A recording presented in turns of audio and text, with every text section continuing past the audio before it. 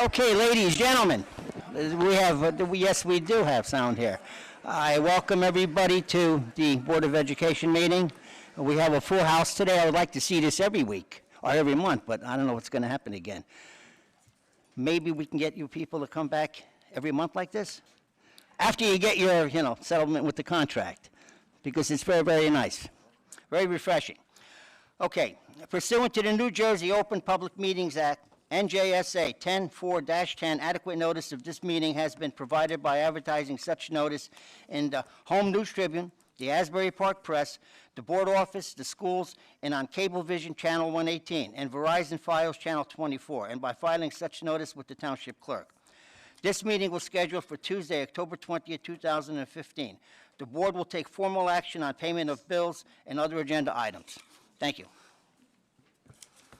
The Old Bridge Township Board of Education acknowledges that the law of this state establishes that members of the public, including members of the board, have the right to record public board meetings using audio or video recording devices, provided that the act of recording does not interfere with the business of this public board meeting. Therefore, the board makes it known that any such recording is to be considered the private recording of the individual and in no manner represents the official record of this board. The board therefore takes no responsibility for such private recording and completely disavows any future use. Thank you, Mr. Mayor. Roll call. Andriani? Present. Porcelli? Here. DePrima? Here. Ellis Foster? Here. Hopman? Here. Mongan? Here. Singh? Here. Weber? Silikowski? Here. Quorum exists. Thank you. Would everybody please stand for the pledge?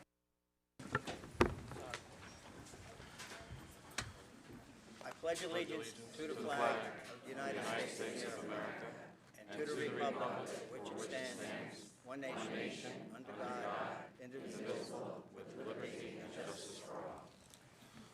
Would everybody please remain standing?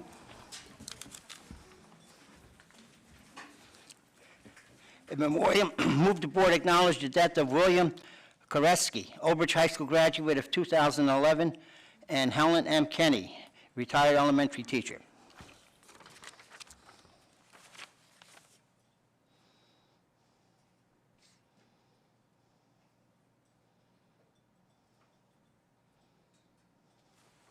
Thank you.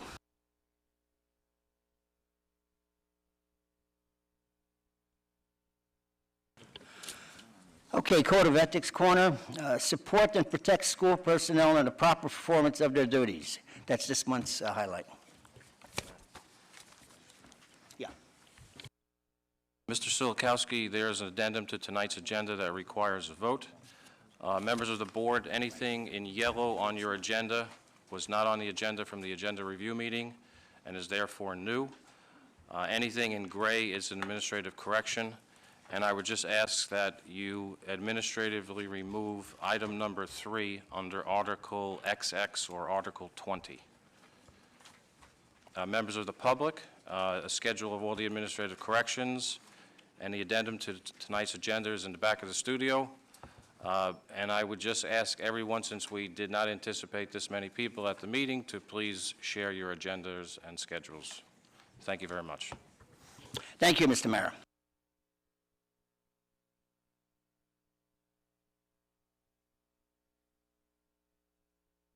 Okay, approval of minutes. Report of student representative. He could. Okay.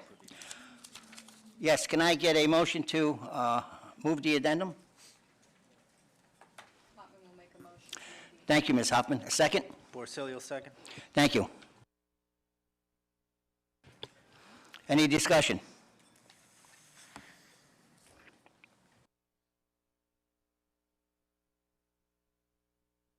Okay, the student representative apparently couldn't make it tonight, and Mr. Citadino has all the notes on it. We still need to vote on the addendum. We do? Okay, Mr. Mayor. Andriani? Yes. Porcelli? DePrima? Yes. Ellis Foster? Yes. Hopman? Yes. Mongan? Yes. Singh? Yes. Silikowski? Yes. The motion to accept the addendum passes. Okay, Mr. Citadino. Just 1 second, I'm sorry. Mr. Silikowski, you mentioned our student representative. There's a senior function tonight, so that's why he's not here. Okay, thank you, Ms. Adriani. Thank you. Mr. Chiusano came to see me today and furnished me with a letter he'd like me to read at this meeting. Dear Mr. Cittadino, I would like to apologize to you as well as the other members of the board for my absence at tonight's Board of Education meeting due to my senior dinner cruise. In addition, I of course want to keep the board updated about the outstanding start to the school year. To begin, the peer program went out on its first retreat at the beginning of September and was truly an amazing experience for all of us. Thanks to our phenomenal teachers. The peer program has always participated in the food allergy walk, color walk, and breast cancer walk, and raised over $12,000. 2 weeks ago, peer also went to Miller School for the Fall Festival, and we dressed up and played with the kids. I just want to add to that, I think the peer program went to a few other schools as well, really to give them the praise that they deserve. On this topic of our schools and honor societies, the National Honor Society took part in the Alzheimer's Walk for a cure. Also, the History and Math Honor Societies who have their, will have their inductions coming up soon. Lastly, this weekend, I will be coming into school with some of my fellow Student Senate members on Saturday to decorate some of the hallways for Halloween. Also, next week holds our homecoming dance on Thursday, with the theme being Hollywood Nights, and the homecoming game on Friday. Sincerely and with great thanks, Joseph Chiusano, Student Senate President. Thank you. Okay, approval of minutes. We have to backtrack on this one. Okay, recognition. We don't have any recognition here, but We what? need a motion to approve. Okay, I need a motion to move the minutes. Mongan will move. Thank you. I need a Andriani. second. Single Andriani. second. Okay, Mr. Mara. I'd just like to point out there were 3 omissions in the minutes that Mrs. Mongan was kind enough to advise us.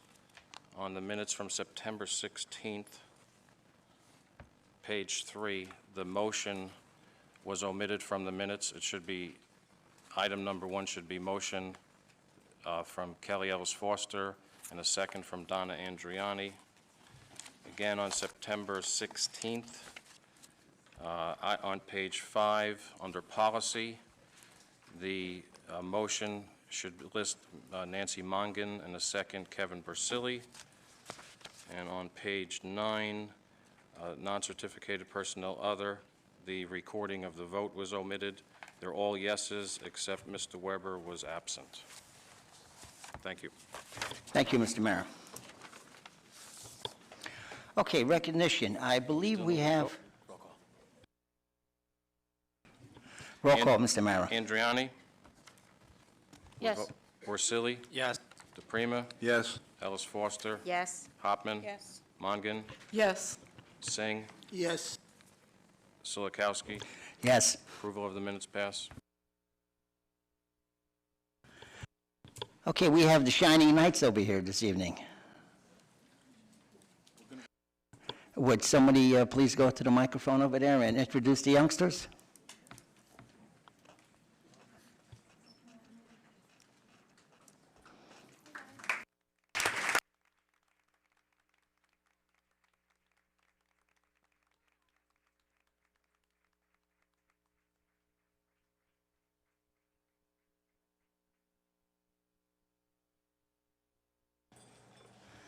Thank you. Good evening. I would like to thank the board for letting us come here this evening, especially Sal and Kelly. My name is Joanne Keefe, and this is Coach Larry Biticola. We are part of the Shining Knights. The Shining Knights are a flag football and cheer program for special needs children. We have been around since 2009. We are part of the Pop Warner programs and play football in Central Jersey. We are open to children 5 to 18, and any child can join as long as they have an IEP. Sal and Kelly came to our football game 2 weeks ago at Lombardi Field, and they explained that we need help. We want to get the word out that we are here and that we are looking for players and cheerleaders for our season next year. We will be having registration in March. We also need a place to put our hats. Since the Pop Warner nights have folded, we need some place to call home. We were given the opportunity by Port Reading, which is another challenge team, but the families voted to stay in Old Bridge and wear the purple, black, and silver. We would like a location where we can meet, hold registrations, and store our equipment. Last, we are asking for sponsorships to support our team. Since we are part of the Pop Warner programs, our parents pay these fees, but our sponsorships would really defray some of the costs. We are asking the board and central administration to help us with ideas or suggestions on how we can accomplish staying in Old Bridge and keeping the program going for the kids. I just want to say one quick little story.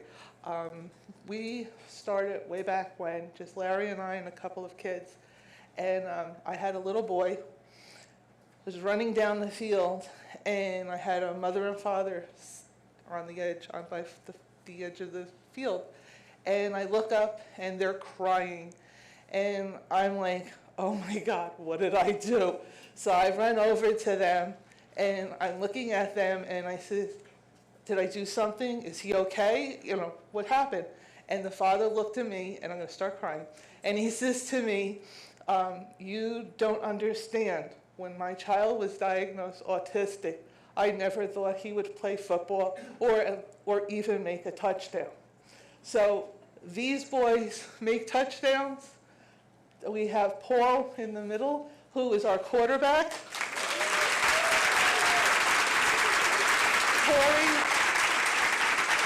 Corey, the little guy here, he's wearing the medals that they receive. We did have cheerleading programs for a while. This year, unfortunately, I couldn't get any of the girls to come out. They do compete exposition down in Trenton with all the other Pop Warner girls. So what we're asking for is some help. I know this is televised, so hopefully somebody out there is willing to find a home for us. And if a bunch of businesses or even people want to help us, we have a Gmail account. It's PW, like in Pop Warner, shiningnights@gmail.com. My daughter just made it. And we are on Facebook, so if you like us, you will get a lot of the information that I usually send out. And I will, get back to you if someone out there wants to join cheerleading, wants to do football. Our season's from August to November. And just real quickly, we are having a fundraiser on October 28th at Giuseppe's on 516. If anyone would like to come out and have some pizza and meet our families, we would really appreciate it. Thank you.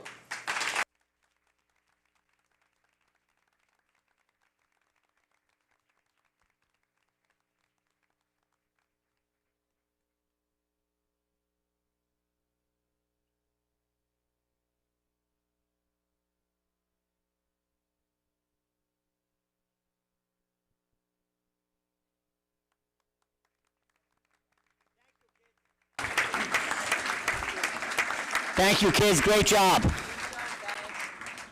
Great job. What's her name, Maureen? Just like you did, huh? Representative.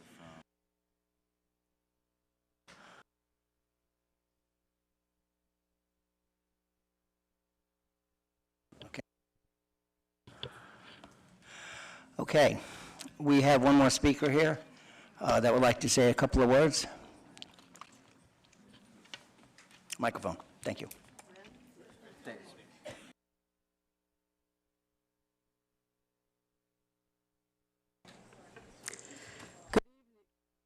Press the button? Okay. You have to press the button. Go. I am holding it down. Good evening. I didn't expect to speak to everybody at Full House tonight, but I want to tell you about our group. I founded a group, Families Against Addiction. We are in the library every Tuesday night. It's a support group. And we specifically focus on the family members. I'm not going to talk too much about that right now. What I want to talk about is the heroin epidemic that is happening throughout this country, in every school, in every neighborhood, all over, any age, economic status, it doesn't matter. Who you are, what you look like, we are all having this problem now. There's too many deaths. We had a death just recently, 2 deaths, that they're usually in their 20s so far. Some of them are younger. Well, what I want to talk to you tonight actually is about this. It's the 17th annual, it's the National Center on Addiction and Substance Abuse. This is a survey that was given out to all middle school and high schoolers. And what they found out is that 60% of the high school and 32% of middle school students say that they use and sell drugs in their school. And they also found out that 36% say it's easy or fairly easy for students to use drugs or smoke without getting caught. So what I'm just trying to say is that even though you don't see it, it's behind closed doors, or if they're doing the drugs across and not on the property, it is affecting everyone. It affects your students, it's affecting your family, it's affecting friends, relatives, everybody. It's like a domino effect. So what I need everybody to really understand is we need to get together. We need to remove the stigma. We need to remove the stigma of substance abuse. It's not that person that's a heroin addict that was a bum on the street, a disheveled-looking person that's living on its own and has no family and is just pushed aside. No, this heroin addict today is the yearbook. It is our children. They're beautiful, they're handsome, they're intelligent, they're creative, they're people that have great potential, and we want to try to save them. We want to save them, we want to save the families, this is like a crisis. People come into my group, by the time they come to me, they're in a crisis. They're extremely emotional, they're financially spent, they don't know who to call, what to do, where to go. So what we do is we give them resources. We help their children get into detox or treatment centers. Then we ask them to come back. We help them learn how to communicate, because communication and listening is one of the best tools. But I need you to actually send them to me. I can't help people. I can't help an empty chair. So we are in the library. We're trying to increase our services to more groups. Right now we have a very cohesive group. We're trying to add additional groups like parents with adolescents, because in the Old Bridge Day when I was there, I had many people come up to my booth and ask me, my husband died. I have a teenager. What do? I would like to go to a group, a support group. It's in the works. I'm trying to get that together. And we're going to also have another group that will be for anybody that has addiction with any co-occurring mental health disorder.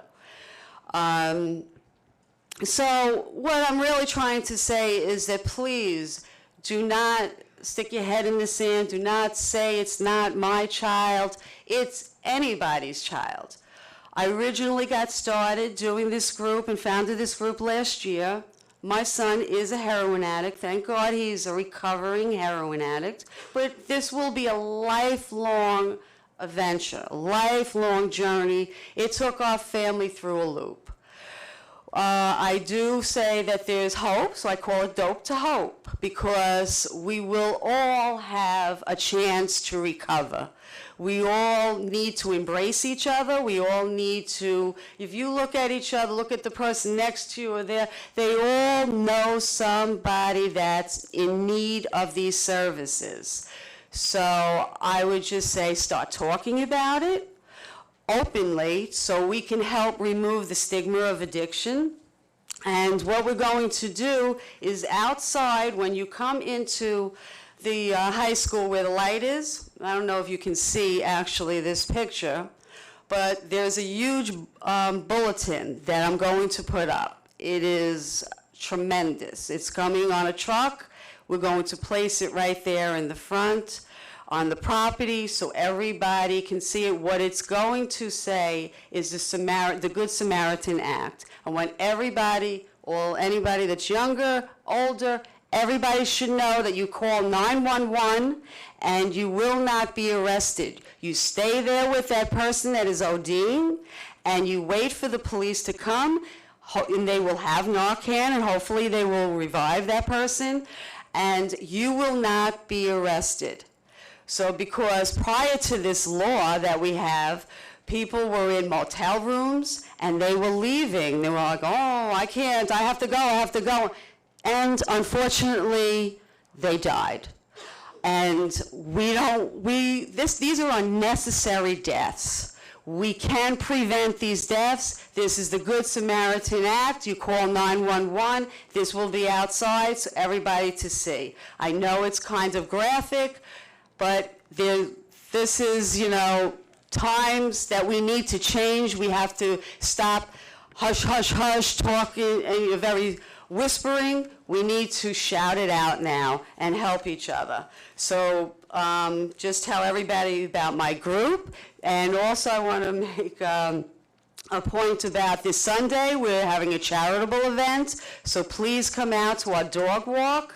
We're going to have a live band there. We're going to have a food truck there, and it's going to be a dog walk. We'll take all the dogs, and we're going to walk around the 2 fields, and we're going to have a whole family fun, and I hope that when you do come out there, the discussion will be about how can I help? What can I do for you? Let me listen. Talk to your neighbors. Talk to your other teachers, your co-workers. Talk to your friends. Talk to your relatives. Talk to anybody that wants to listen, because I think there's definitely many, many people in this room that can help somebody and save a life. That's all I have to say. Thank you very much. Thank you. Thank you very much. Thank you. Mr. Sulikowski, Matt, Mr. Sulikowski, I know it's out of order, but if I may, can I just add something to that Yes, speech? definitely. Can you cameras zoom in on this? I don't know if it's too far away. Jill Cali asked me to announce this. That was a great segue for this. There's going to be a meeting on October 27th from 7 to 9 in the Old Bridge Council Chamber. Again, it's about a community action plan to address prescription drug abuse that can lead to heroin opiate abuse. It's sponsored by the Municipal Alliance, the Police Department, the Township, and the schools. So I have 2 copies of this. If you want to take a look at it at the end, I don't know how much you're seeing on TV, but I guess it's part 2 to what we just heard. Thanks. Thank you. Mr. DePrima, it's also on our district webpage. It's in the virtual backpack, and there'll be a real-time alert going home to that on Thursday. And that big poster that you saw over there, that's a billboard that's going to go on a corner of my property, the entrance to the school system. And it'll be up for 1 month. Okay, I see some students in the back. Are you here for a reason? Would you like to say something? Yes, would you please go up to the microphone, please? Thank you. Go ahead, both of you.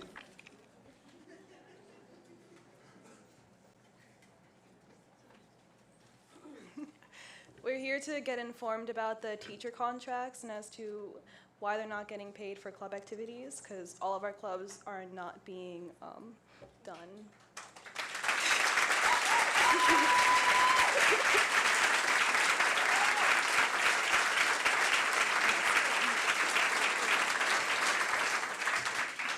Because both my friend and I, we are members of a club, and it's not getting pursued. So we're really upset about that. We want it to happen again through this year, so we can, I don't know, sorry. But yeah.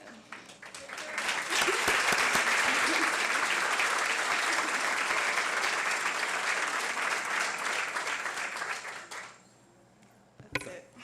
Thank you, ladies. Thank you for coming out in support of your teachers and your schools, and we'll have a meeting this Thursday, and this Saturday, and hopefully we can make some headway. Thank you.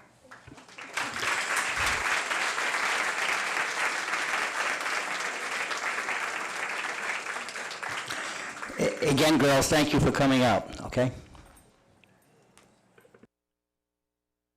Okay, we have a superintendent's report, don't we?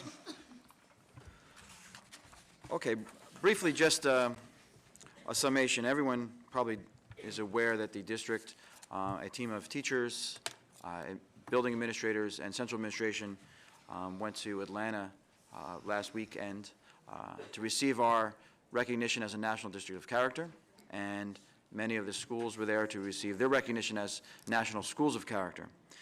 And I don't want to do this twice, so when we actually receive our banners, we ship them back home. When we have them, we'll do that during recognition next month. But I did want to point out some interesting data that did come out of the ceremony when we had to present the information before the panel and the committee that selected specifically the high school as a National School of Character.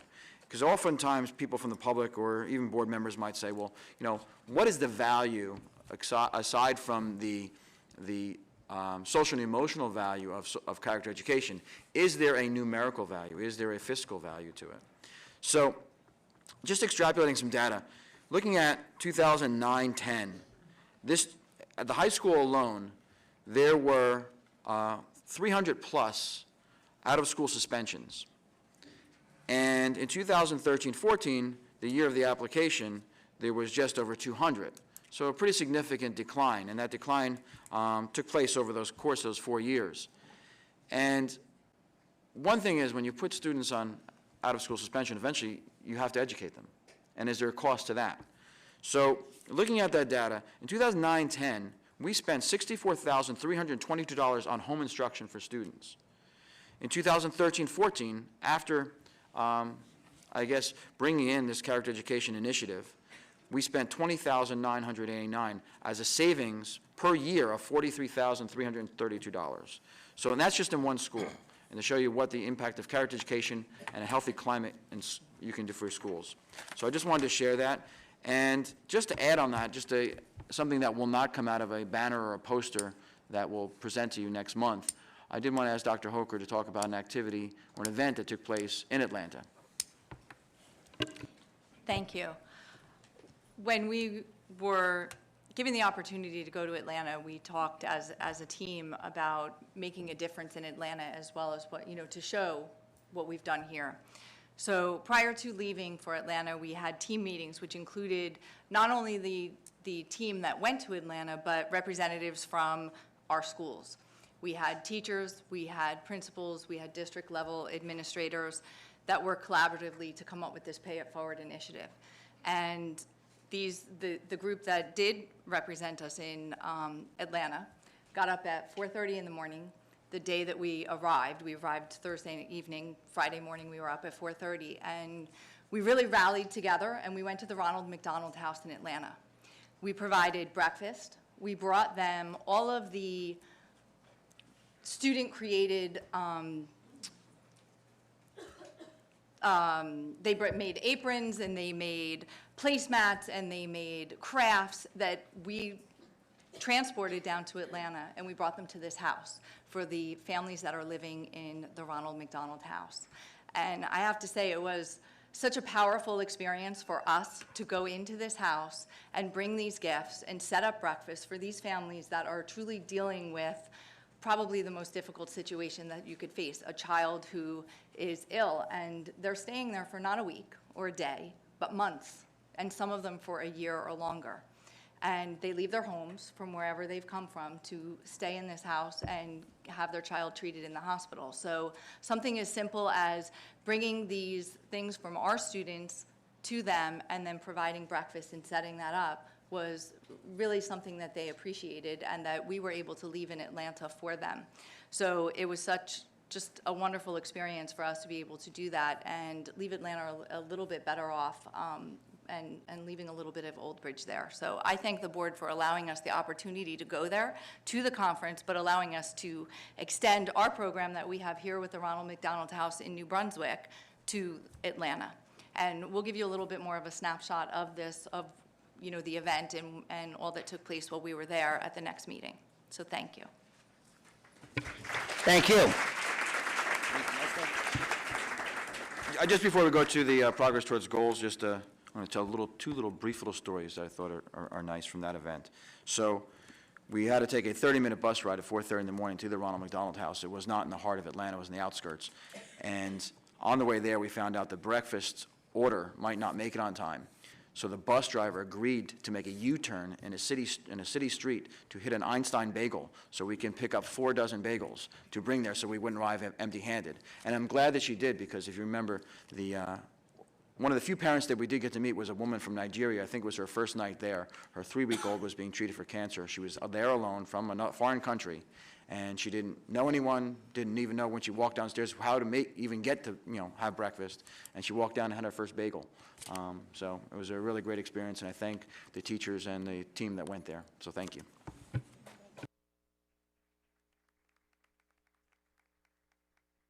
Okay, progress, go ahead. Progress towards goals. I'm going to ask Mr. Maurer to speak about our ESIP proposal that we've presented. Thank you, Mr. Cittadino. Over the last 5 years, every district in the state was required to conduct an energy audit of all the facilities in the districts. And the state and county refunded each district for the cost of that audit that was done.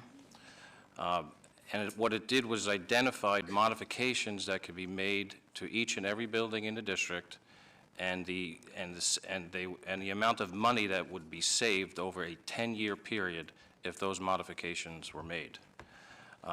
Like most things that happens with the state, they propose these programs to us, and they do not provide the funding for us to accomplish this.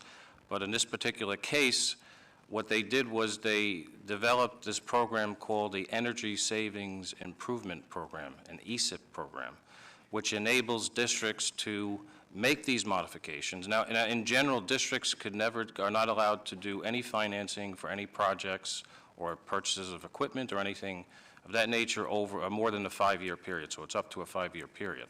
This ESIP program allows us to make all of these modifications over a 2-year period and then pay for them over a 15-year period. So in effect, they've allowed us to pay for these modifications over a 15-year period with the intent that the savings from the energy upgrades that we make will cover the cost of the financing. So in order to do that, what we have to do is, number one, submit to the state to be authorized to do an ESIP, and we've already done that. And once that's approved, we're required to develop a request for a proposal that has to be submitted, and which was submitted to the Office of State Controller for approval. Once they approved it, it was forwarded to the Board of Public Utilities in the state, who also approved it. And on Monday of this week, we had an advertisement in the Home News of the request for proposal to do a project that will probably cost at least $10 million in this district over the next 2 years, upgrading each and every building in the district. We probably will be changing boilers, we'll be changing windows, we'll be instituting solar energy systems, and the best part of this project is that we expect it to be budget neutral. Now, in order to accomplish this, the RFP will be soliciting proposals from energy savings companies, and what these companies will do, and when we award this project to this energy savings company, or an ESCO for short, they will come in and they will look at the energy audit that was done, which shows savings over a 10-year period, and extend that to a 15-year period, and we will be able to add 15% of these projects that are non-energy related to this program, so that if the savings equates to enough where we are able to add air conditioning to some of our buildings, air conditionings to the second floor of some of the buildings will be part of this project. So right now we're excited that this is beginning, and we hope to start these projects next year. One of the first projects that will be implemented, I know everybody who works on the second floor will like the air conditioning to be first, but most likely the first project that will be done will be to change all the lighting to LED lightings in all of the buildings in the districts. So on the first page of our website, there is a link to the energy audit, the request for proposal. a copy of all our energy bills for the last 2 years. So if anybody has nothing to do and they'd like to take a look at it, please click on that link. And if you have any questions, please feel free to reach out to me. I want to share this with as many people as I can, but these projects will start next summer. Thank you, Mr. Cittadino. Thank you. Next, during the, yes,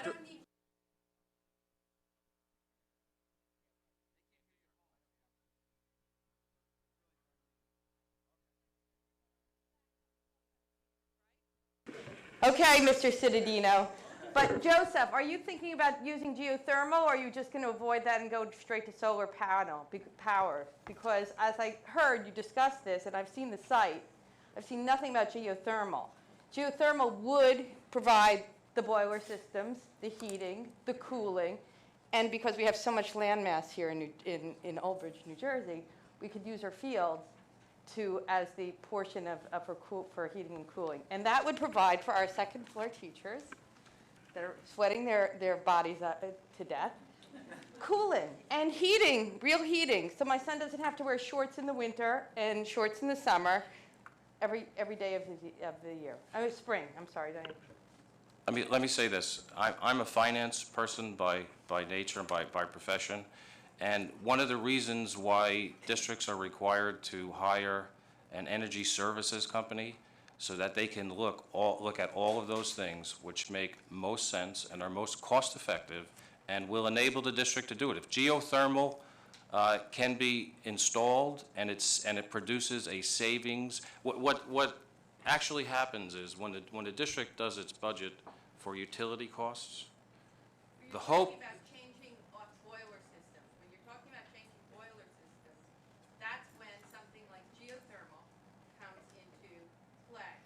Okay, but what I'm saying is that we are hiring an energy services company who knows what you're talking about, and as a finance person, I don't know the answer to that. That's why we're hiring an energy service company, an ESCO.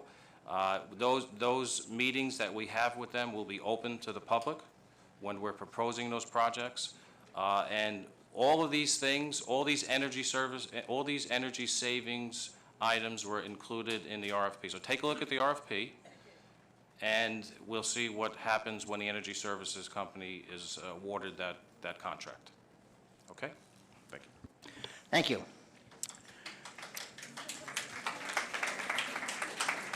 Anything else on the progress of goals, or that's it? Okay, any correspondence, Mr. Mayor? Thank you. Special committee reports. Do we have any committee reports this month? Okay, Ms. Hoppin? Yes, I just wanted to discuss, we had our curriculum and visual performing and related arts meeting last night, and the first item was with Mrs. Khalil, Director of Arts and Culture, presented was the seal of a biliteracy program. The district is seeking to capitalize on its language diversity and bring this program in. It recognizes students who attain a level of excellence communicating in English and a second language. Students' benefits include official recognition of proficiency in multiple languages, proof of job marketability, and enhancement of cultural and global awareness. The second on the agenda was a presentation on the proposal for a new study abroad trip to China through the high school. World Languages Department to support our Chinese language program. It is based on similar Board of Education approved exchange and study abroad programs in district. It would involve program study and cultural excursions to 4 cities in China. Short-term language courses, cultural and history, arts and science, and fully private tours and classes where students meet and exchange with students in Chinese schools. Dr. Cascone and Mr. Celentano discussed pilot initiatives which are being proposed for the elementary language arts literacy program involving the district's lead literacy teachers. The programs would include Zing, an outline-level digital library featuring thousands of grade books and writers' workshop writing curriculum units to be implemented in different grade levels in all of the elementary schools. These pilots are part of research and design efforts to implement and restructure the upper elementary language arts literacy curriculum and resources. Mr. Caulfield and Dr. Cascone updated the committee on the status of the efforts to bring back the adult high school in Old Bridge. The Next Generation Adult High School will utilize an online blended learning format to assist recently dropped-out Old Bridge High School students to obtain an Old Bridge High School diploma. Students would receive face-to-face instruction 2 times a week, as well as work independently online. This format is similar to the way in which summer school is delivered. And last but not least, in advance of the district assessment report, which will be prepared following the receipt of the PARCC scores, Mr. Caulfield, Dr. Cascone, and Mr. Citadino presented data on the high school students' achievement trends over the last 5 years. The AP, SAT, and HSPA, as well as trends of student suspension and violence and vandalism, have shown positive trends and have consistently exceeded the state average, as well as the peer district average last year. Additionally, the district had realized a savings of approximately $40,000 per year in homebound instruction costs since the implementation of character education programs at the high school lowered suspension rates. It was a wonderful, wonderful meeting, and I want to thank you all for everything that you have brought to the table so that the public is aware that these are the areas in which we're going in a positive light. And I want to thank all of the teachers who are involved in all of these programs. You do a wonderful job. Thank you.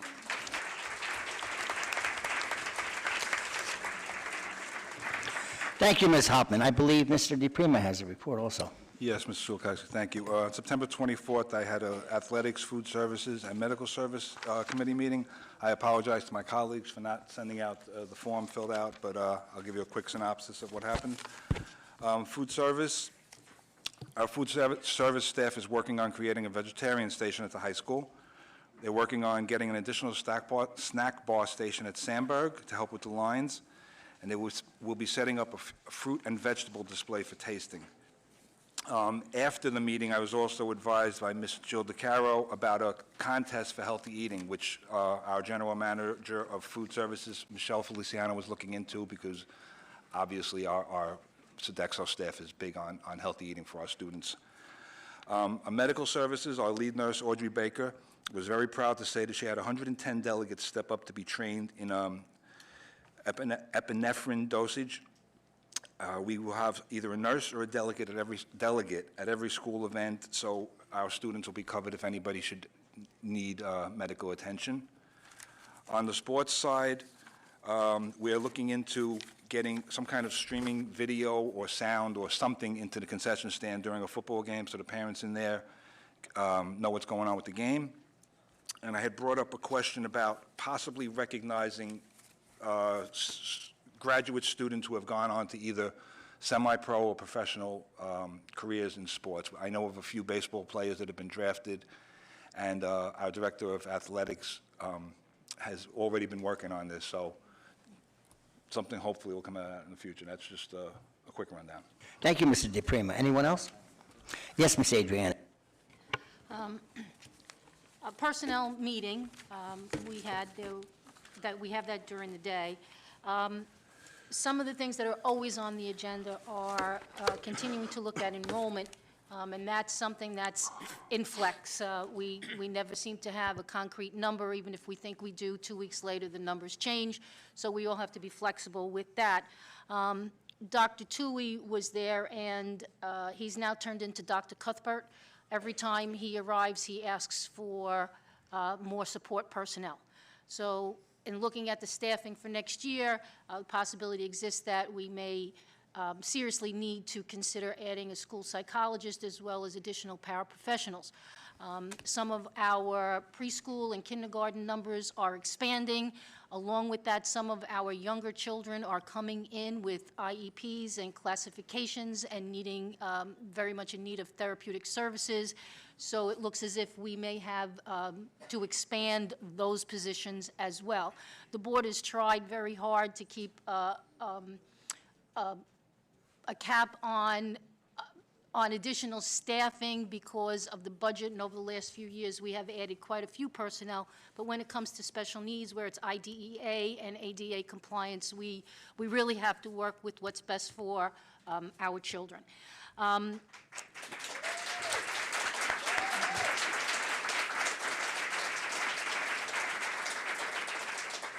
One of the other things discussed, of course, is technology, and at length, the discussion revolved around the technicians being out in the buildings. And the feedback that we've gotten at this point is that the staff is very happy. There's a go-to person in the building, as well as the lead technical person that was there, who was trying to do something on their free period.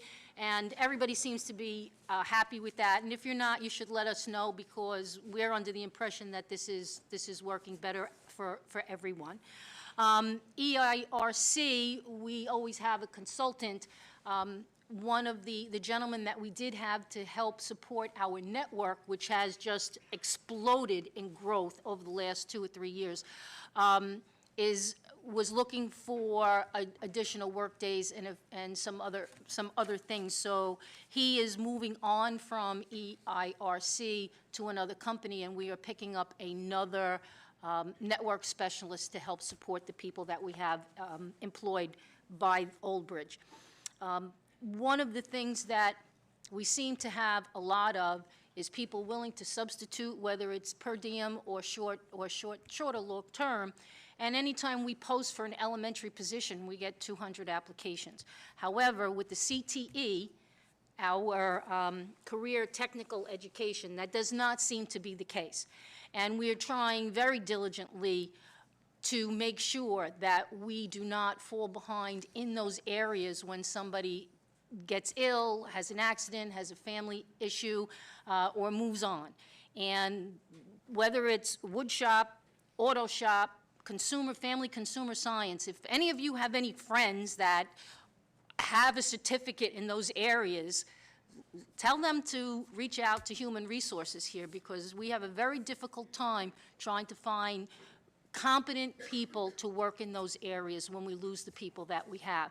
And one of the great things about Old Bridge, and there are quite a few, is that we are one of the few comprehensive high schools left in the state. So that's something that we make sure we tell everybody anytime we go, between the cosmetology, the auto shop, the wood shop, and all of that. So that's always something that's on our agenda. The other thing that was very interesting is the proposal for I want to make sure I have it right, for our transition students to try and have an on-site supermarket market of sorts, so that not only would we be sending our students in transition out to work sites, but have them in here where they would work registers, they would stock a shelf, and have a store open for the employees to come in and have some real-time experience. So with that, there's a proposal being formed at this point, so hopefully we will move forward with that. And I think that's about it for now. But thank you. Yeah. Thank you, Ms. Adriani. Great job. Anyone else? Yes, Mr. Sulikowski. Yes. On October 24th, as you all know in the audience, we have our next negotiations meeting with the mediator and with members of the OBEA and administration and the negotiating team. And we also have a meeting scheduled for November 2nd. And hopefully, we can announce at the November board meeting that we can have a vote on an agreement that would be worthy of the recognition of the hard work that the staff does, and also for the benefit of the students and for all the stakeholders in this town, the residents and taxpayers. So that's our goal, and it would be the best thing for everyone at this point, and let's hope that we can get it done. Thank you for coming out.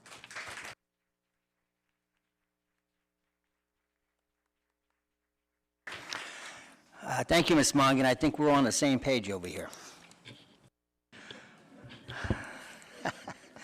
Okay, facilities use. Any facilities use? No? Okay, hearing of residents on agenda items only.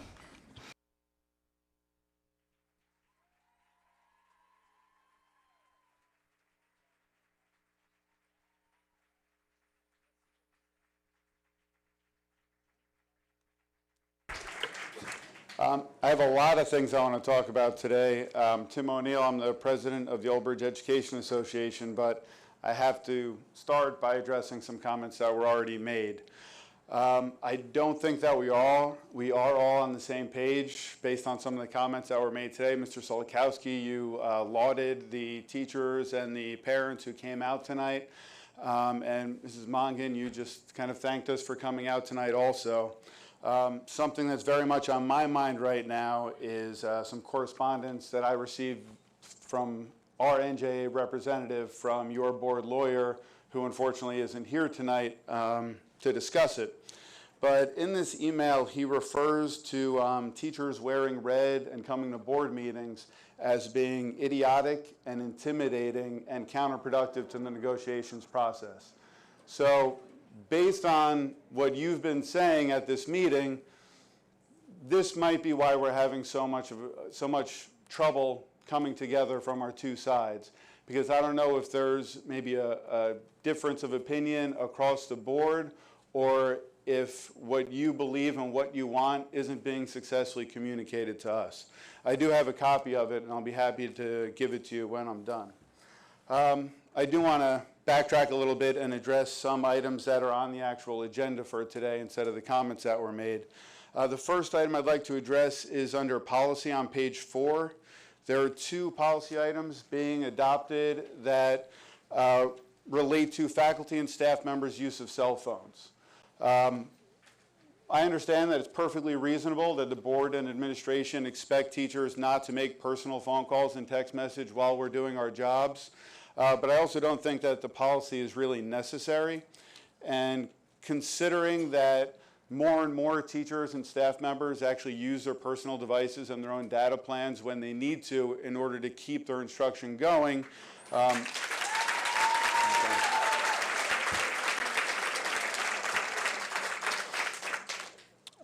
it's a little kind of insulting that we're being told that we need to be monitored in this way. Specifically, I'll mention the secretaries. I know in the main office here, whenever our network or internet is down, if they weren't on their phones tracking kids down for parents who are picking them up and for kids who the administrators need, the school just wouldn't be running.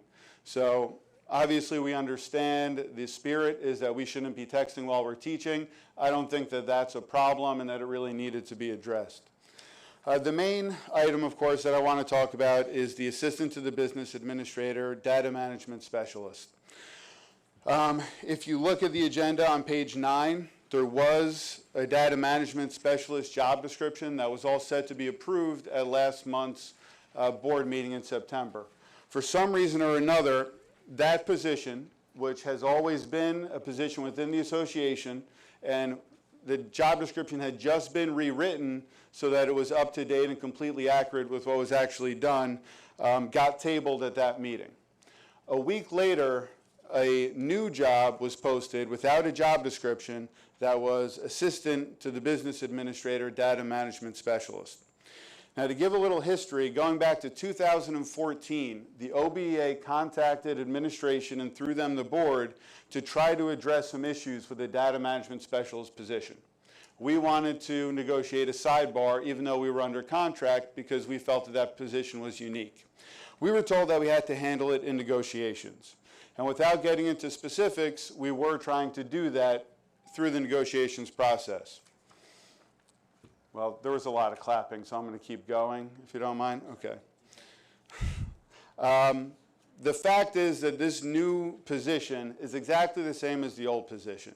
Nothing has really been changed about it, except for some extra words that were thrown in as a smokescreen to justify giving one position in the association a $25,000 raise. And I know last week when you approved the job description, you weren't aware that that was going to be the situation. But we have one person who's getting this special treatment in this special position, while we still have 1,200 members who are working without a contract.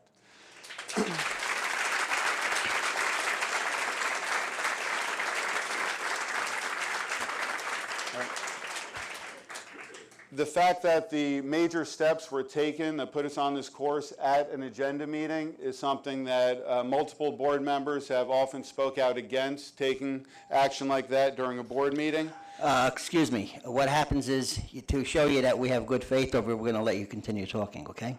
Thank you, Mr. Solikowski. This, combined with the tone of negotiations, the way that we've seen it, have not given the OBEA and the community, I think, a lot of faith that things are being handled in negotiations in a way that accurately represents the comments that you've made tonight, the feelings of the public, and certainly the hopes of the OBEA. We've entered negotiations open-minded, ready to discuss every issue, ready to compromise whenever possible. But we have been met with, from the board or the board's representatives, rigid stances on multiple issues, including being told that items in negotiations were non-negotiable demands that we had to accept, and given ultimatums. Now, I hope that this is not the actual intent of the board and that there has been miscommunication up until this point, but we have reason to be concerned. And these people aren't here to intimidate the board, and some of you certainly don't take it as intimidation. These people are concerned about their careers, they're concerned about supporting their families. And all that we want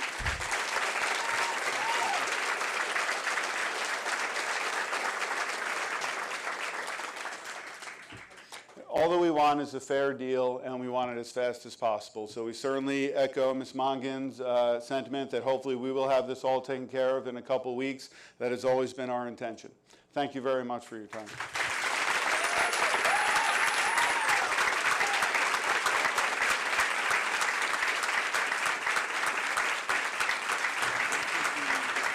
Thank you.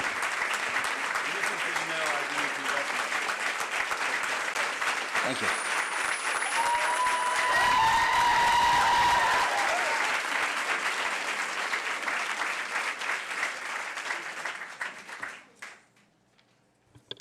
Okay, anyone else on agenda items only? I see no hands.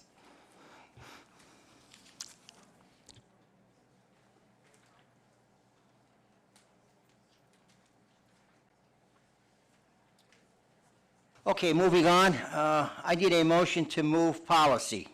We only have one item on policy over here, even though there's a lot of policies involved. Can I get a motion to move policy? I'll move it. Thank you. I need a second. Mongan will second. Thank you. Any discussion? Mr. Mayor? Andriani, Yes. Borsili, Yes. DePrima, Yes. Ellis Foster, Yes. Hopman, Yes. Mongan, Yes. Singh, Yes. Solikowski. Yes. Resolution 1 passes.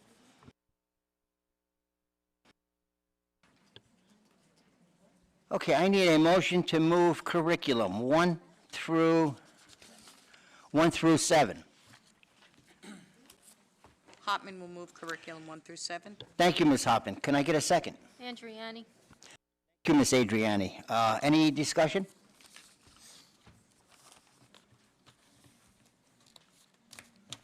None? Mr. Mayor? Borsili, Yes. DePrima, Yes. Ellis Foster, Yes. Hopman, Yes. Mongan, Yes. Singh, Yes. Andriani, Yes. Solikowski. Yes. Resolutions 1 through 7 pass. Okay, I need a motion to move athletics. We only have one item here. I'll move it. Thank you, Ms. Foster. I need a second. Single second. Thank you, Mr. Singh. Any discussion? No discussion? Mr. Mara? DePrima, Yes. Ellis Foster, Yes. Hopman, Yes. Mongan, Yes. Singh, Yes. Andriani, Yes. Porcelli. Yes. Sulikowski. Yes. Resolution 1 passes. I need a motion to move finance 1 through 12. Mongan will move. Thank you, Ms. Mongan. Can I get a second? Thank you, Ms. Hoppman. Any discussion?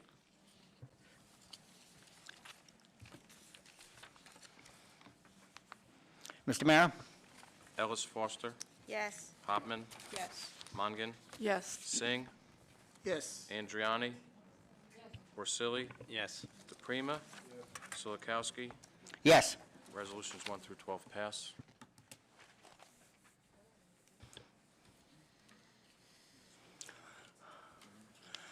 Okay, non-certified personnel office. 1 through 3. Can I get a motion to move? Okay, 3's removed, I'm sorry. 1 and 2. I need a motion. Hopman will move non-certificated Th- personnel 1 and 2. Thank you, Ms. Hoppman. Can I get a second? Andriani? Thank you. Any discussion? Mr. Mara? Hopman, Yes. Mongan, Yes. Singh, Yes. Andriani, Porcelli. Yes. Porcelli. DePrima, Yes. Ellis Foster, Yes. Sulikowski. Yes. Resolutions 1 and 2 pass. Okay, non-certified personnel operational, we have nothing. No, it's the addendum. Okay, I'm sorry, we have the addendum. I need a motion to move the addendum. We have one item on there.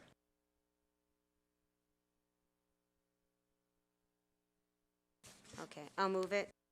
Thank you, Ms. Foster. Can I get a second?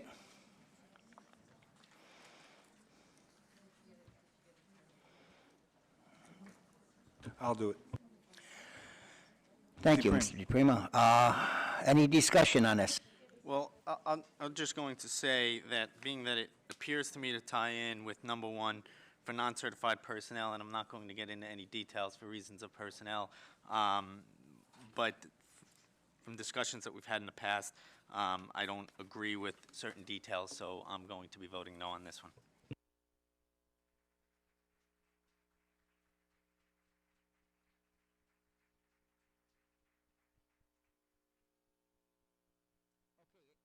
Any other discussion on this item?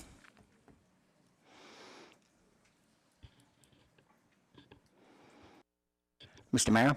Andriani, Yes. Porcelli, No. DePrima, Yes. Ellis Foster, Yes. Hopman, Yes. Mongan, Yes. Singh, Yes. Sulikowski. No. Resolution 1 passes.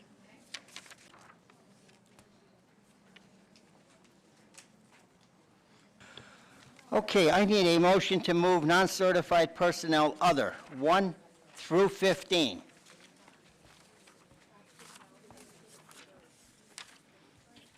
I'd like to separate 2 and 3. Okay, we want to separate 2 and 3 for voting purposes and discussion, right? Yep. Okay. And I'm going to separate number 1, please.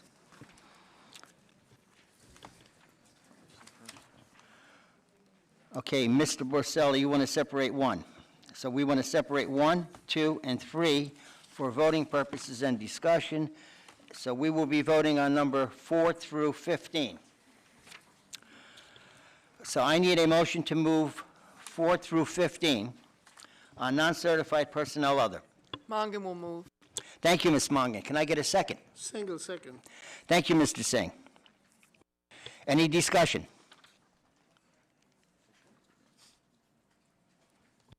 Mr. Mara? Mongan, Yes. Singh, Yes. Andriani, Yes. Porcelli, Yes. DePrima, Yes. Ellis Foster, Yes. Hopman, Yes. Sulikowski. Yes. Resolutions 4 through 15 pass. Okay, we'll be voting on 1, 2, and 3 separately, by the looks of it. Okay, I need a motion to move number 1. We have it? Okay. Any discussion?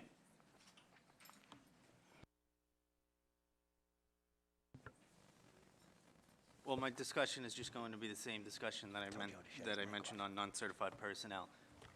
I'm not going to make any details because it's a matter of personnel, but I know that the board members know where I stand because of our conversation a few weeks back.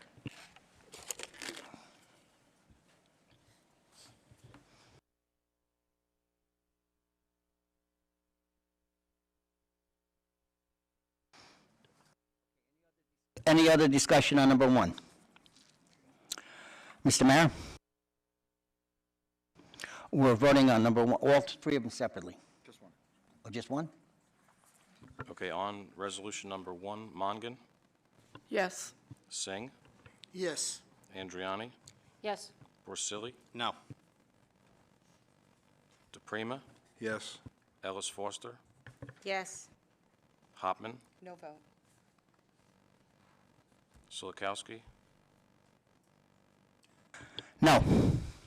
Resolution 1 passes.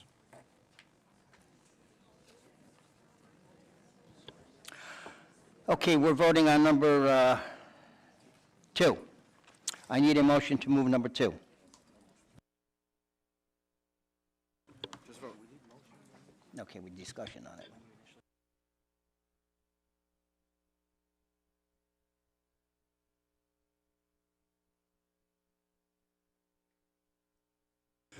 Okay, any discussion on number 2?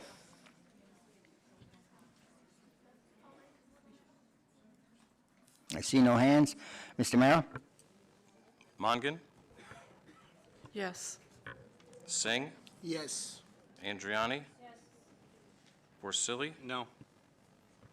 DePrima, Yes. Ellis Foster, Yes. Hopman, No vote. Silikowski.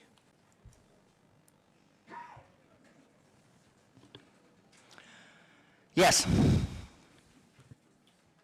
Resolution 2 passes. Okay, we want to, I guess, speak about number 3. Can I have a discussion on number 3? That was separated also. For voting purposes. Discussion, number 3.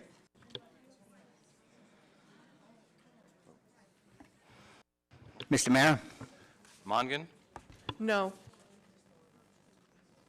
Singh, Yes. Andriani. Porcelli, No. DePrima.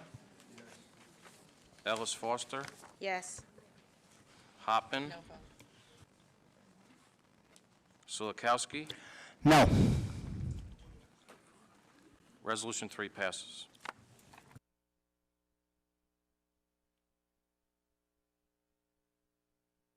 Thank you, Mr. Mayor. Okay, moving on.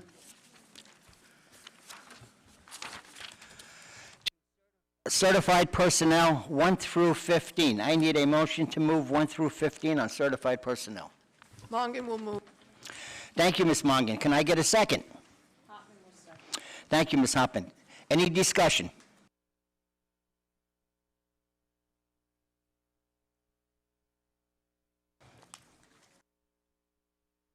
Mr. Mayor? Singh, Yes. Andriani, Yes. Porcelli, Yes. DePrima, Yes. Ellis Foster, Yes. Hopman. Yes. Mongan, Yes. Silikowski. Yes. Resolutions 1 through 15 pass. Okay, non-certified personnel transportation 1 through 4. I need a motion to move non-certified personnel transportation. Andriani, move. Thank you, Ms. Adriani. Can I get a second? Thank you, Ms. Hoffman. Any discussion? Actually, if Mr. Solikowski, if I can go back, because Mr. Weber wasn't here. Back on certified personnel, we did have, I just want to make sure we acknowledge a retirement of 28 years of Chantel Iyer. So I just want to make sure. Usually,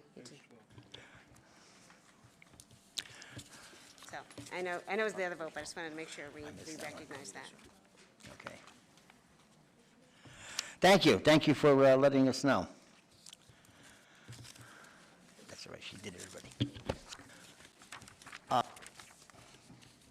Supplies, equipment, and services.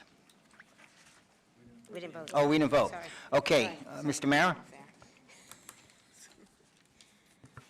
Andriani, Yes. Porcelli, Yes. DePrima, Yes. Ellis Foster, Yes. Hopman, Yes. Mongan, Yes. Singh, Yes. Silikowski. Yes. Resolutions 1 through 4 pass. Thank you, Mr. Mara. Supplies, equipment, and services, 1 and 2. I need a motion to move that item. Mongan will move.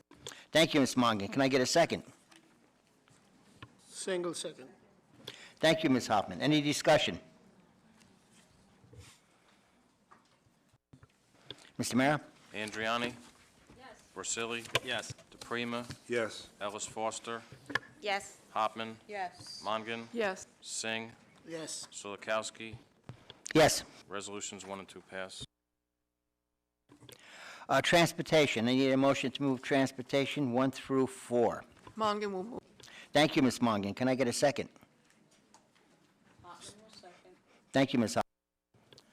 Any discussion? Mr. Mara? Andriani. Yes. Porcelli. Yes. DePrima, Yes. Ellis Foster, Yes. Hopman, Yes. Mongan, Yes. Singh, Yes. Silikowski. Yes. Resolutions 1 through 4 pass. Thank you, Mr. Mara. I need a motion to move miscellaneous 1 through 5. Mongan will move. Excluding number 4.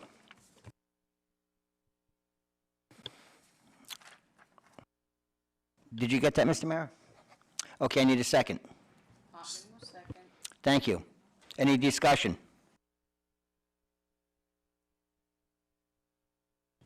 Mr. Mara? Porcelli, Yes. DePrima, Yes. Ellis Foster, Yes. Hopman, Yes. Mongan, Yes. Singh, Yes. Andriani. Yes. Silikowski. Yes. So 1 through 5, excluding number 4, pass. Thank you, Mr. Mara. Okay, Board Secretary and Board Business, 1 through 3. I need a motion to move it. Mongan will move. Thank you, Ms. Mongan. Can I get a second? Single second. Thank you, Mr. Singh. Any discussion?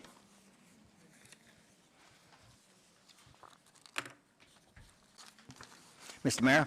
DePrima, Yes. Ellis Foster, Yes. Hopman. Yes. Mongan. Yes. Singh, Yes. Andriani.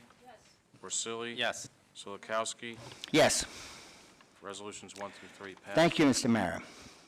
Okay, hearing of residents on any educational items or any school-related items. Yes. I won't use 5 more minutes, but there are just some other documents that I wanted to pass along. Last time that positions were proposed to be removed from the unit by the Board of Ed, we went through a whole process, took a long time, cost a lot of money, and in the end it was decided that the OBA's position was correct. I have that finding here for the board. It's from about 3 years ago, so there might be some board members who aren't familiar with it. And there's also some correspondence, since there's apparently been a communications breakdown between our association and your group that our attorneys had sent on the issue. And then just to touch back on negotiations. Obviously, I'm disappointed that so many of you voted against our position, especially those of you who are on the negotiations team for the board. These are the kind of signals that we're receiving in a negative way that make us concerned about our situation. I would like to thank Mr. Porcelli and Mr. Silikowski for voting no.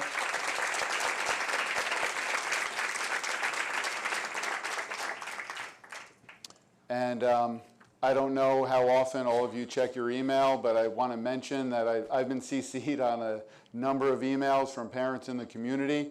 I want to tell you that this is not something that was connected to the OBA in any way. It was the parents and the PTA that started doing it.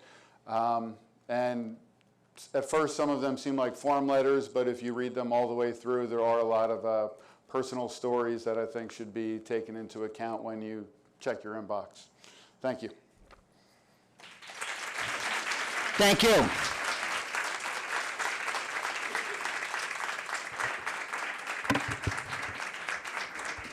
Mr. Sulikowski, members of the board, just to clarify one statement that Mr. O'Neill just made. No positions are being removed from the OBEA. As you know, a brand-new position was created tonight.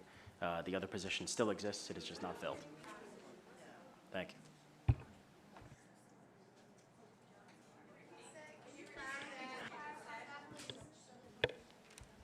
One more time. No positions are being removed from the OBEA. A new position was created tonight. The other position still exists. Thank you. Anyone else? I see okay. I'm sorry, I have to. We've been told by central administration that that position was not going to be filled, so I should expect to see a posting for that position tomorrow? It's still open. I didn't say it was going to be filled. It's still there. And Mr. O'Neill, just while I have you, can you clarify for me that there's going to be no walkout week next week? Walkout week refers to walking out at sign-out time. That's something that I had already clarified for Mr. Parker. Okay, so there will be no job action or any concerted activity next week. I have your representation on that. We will be there for the entire workday that we are contracted to be there. Thank you.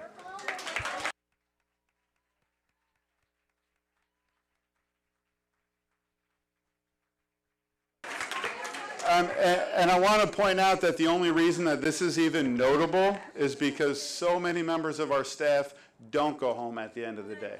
So many members of our staff are here working well beyond our contractual time and well before our contractual time. So the idea that this is a concern that I had already addressed with Mr. Parton, that this is something that's coming up again and again, the fact that people are surprised that we're going to leave at the end of the day, I think just speaks well of us. Thank you.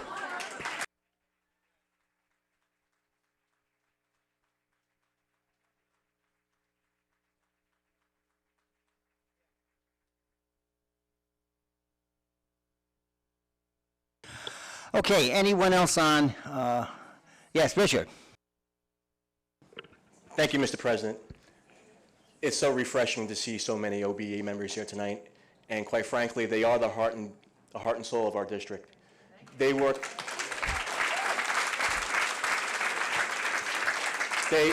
very tirelessly, as we all know, as board members. I was a previous board member. I sat up there. I understand the position that we're all in. Obviously, the Board of Education is doing everything in their power at this point based upon the financial parameters that they are faced with the state mandates concerning a 2% cap, which is understandable. However, I certainly understand where the OBA stands. I'm married to an OBA member, and she comes home every day concerning the issues that she's confronted with. And quite frankly, I understand how diligent and how hard all you work. And I immensely respect every one of you. But we need to find common ground. And quite frankly, I'm appalled that I haven't seen leadership from the Board of Education or the OBEA. We need to get this done because ultimately, you all educators, we're all working together and we're here for a common cause. And the common cause is our children. And I have 2 children in this district, and quite frankly, I don't want them being pawns. I don't want them being utilized as tokens. We need to get together and get this done. And quite frankly, yes, the OBEA does deserve a fair wage. However, the board only has X amount of dollars.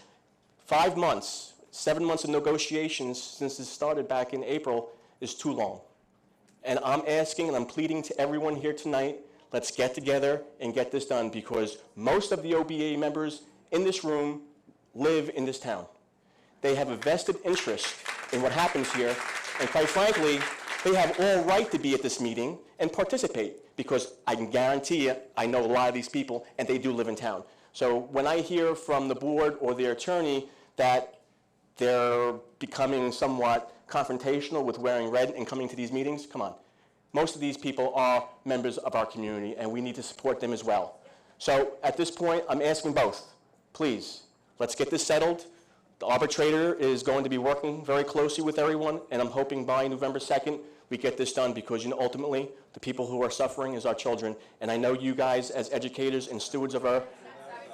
No, I'm not saying that they're suffering, but the fact is that the fact is that the teachers are demoralized, and when you're demoralized, there are issues that occur where you leave at 3:25, which is your sign-out time, which I understand.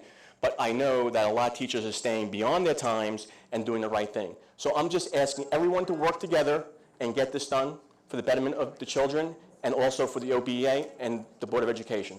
So please, let's work together, let's get both sides together, and let's get it solved. Fair enough?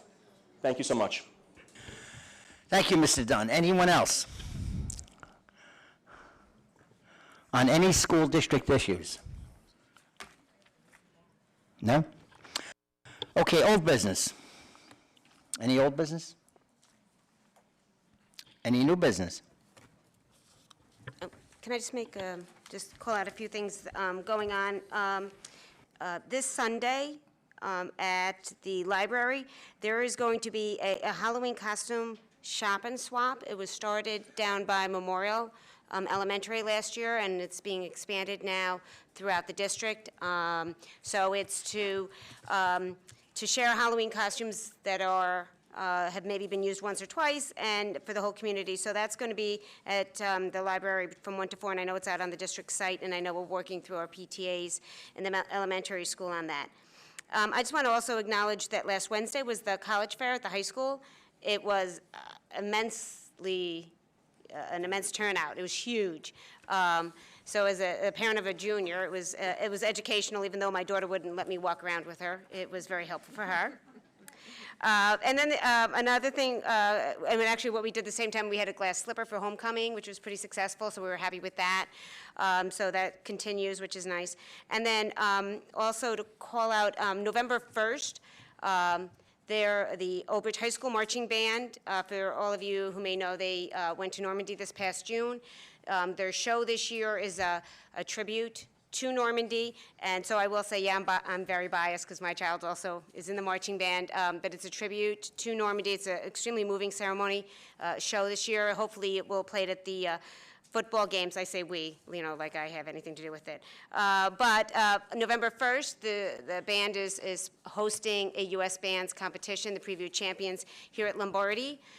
So if anyone is around, the show is from it's from 2 to 4. There's 13 different high schools from New Jersey, Pennsylvania, and New York, and Old Bridge will go on around 3:15. So if you're in the area, stop by. Thank you, Ms. Foster. Very well done.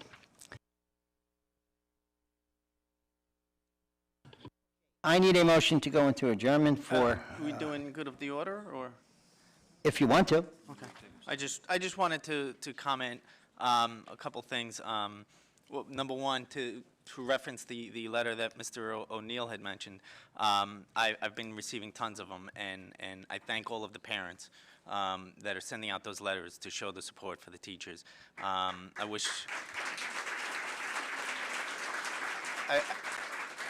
I wish that all of our teachers and guidance counselors and staff could see the support that they're receiving. I know that you know that the support is out there for you. I have 2 children in the district. I love the district. Many of my children's teachers and guidance counselors and others are here. Some of them, prior teachers and guidance counselors as well, and they know how I feel, how I support them, and how I think the world of them. The only one that probably thinks more of them are my 2 children. They absolutely love the teachers. And I just want to say, we had a couple of students here earlier tonight, speak out, that they care about their teachers. And just a quick story. So, I was working from home today, and my son has orchestra practice. And, so I drove over to high school to pick him up. He's a sophomore, and we get in the car, and we're driving home. And he brings up the contract issue with me, and he says, Dad, if there's anything you can do, you got to help them out. He said they really work hard, and he made a lot of great points, and the way he articulated himself, I was extremely proud of him, and I do know that part of me is proud of him because I know that comes from what my wife and I do preach at home, but I think I know that it's from what he learns in the schools as well, and without his 10 or whatever, 11 years now within this school district, that helped him, be able to articulate that to me and be able to stand up for himself and for what he believes in. So I thank you all. Thank you, Mr. Borselli, thank you. I also have a grandson in the school system, and he comes home every day. He's so excited on what went on in the classes, and I want to thank all the teachers for what they're doing. You are the heroes of these kids, so keep up the good work. Thank you. I also. Anyone else? Yes.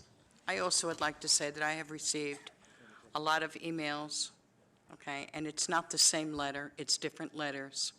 So it's not the one letter that was sent out, or asked to go out to the board members. They're from different people, from different family members, and that. I've also received some from some kids. I've also had some kids stop me when I was out eating, okay, saying to me, please, Mrs. Hopman, you have to help, you have to get this done. Our teachers, we need to have them there, and we have extra activities, we want them to be there, and I have always said, because I worked in the district prior to getting on the board, so I know what it is you do, okay? And I have always said this, that as far as I was concerned, you were always the second parents of these children.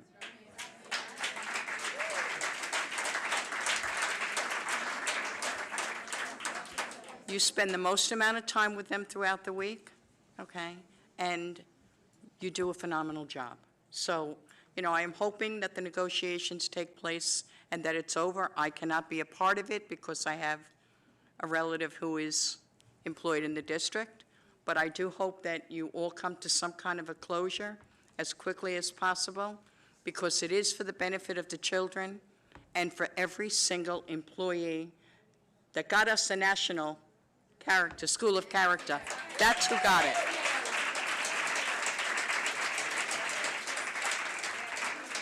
So I hope you come to a conclusion as soon as possible, that it works well for everybody, and I thank you for everything that you do for our kids.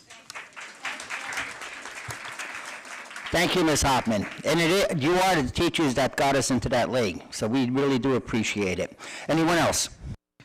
Mr. Solikowski, just real fast, as you talk about character education, the paraprofessionals do a tremendous Pay It Forward project, working with Ms. Coughlin. Do you want to do a plug? For those of you who don't know, they collect shoes, and the money goes to needy families. As someone who has 5 boys within my household, that's 10 feet. Every time I empty the bucket, 3 months later, they'll all get new shoes. I feel like I have to. So I'm glad you're collecting year-round now, because if not, my shoe bucket's getting full. Well, thank you. Paraprofessionals are running a shoe drive, as Mr. Cittadino mentioned. The shoe drive will run year-round. We have purple boxes in every school, as well as administration. We are collecting men's, women, and children's shoes of any style, in any condition. Just drop them off in the schools, and we're working with a fundraising company that purchases the shoes from us, and they're shipped to maybe Haiti and Dominican Republic, where they are distributed, and whatever proceeds come from that distribution will be used for building schools and infrastructure. We get paid cash, in which case we're using those funds to help economically disadvantaged students and families here in Old Bridge. As paraprofessionals, we work with every student, and we sometimes are the first to hear that they don't have a coat, or they didn't have breakfast, and they don't know they can get free breakfast. And it gets to a point where, while we're trying to educate them, if there are things that they need that their family can't provide, then we're not really educating the whole student. So we decided to put together this fundraising campaign, and because it was so successful in the spring, we decided to continue it year-round. So if you have any shoes, any size, style, men's, women's, or children's, send them into school, and hopefully we can continue this and continue helping the students. Thank you. Thank you, thank you. You want us all to go home barefooted tonight or what? I'm just kidding around. Anyone else? Okay, anyone else from the board like to say anything? I see no hands.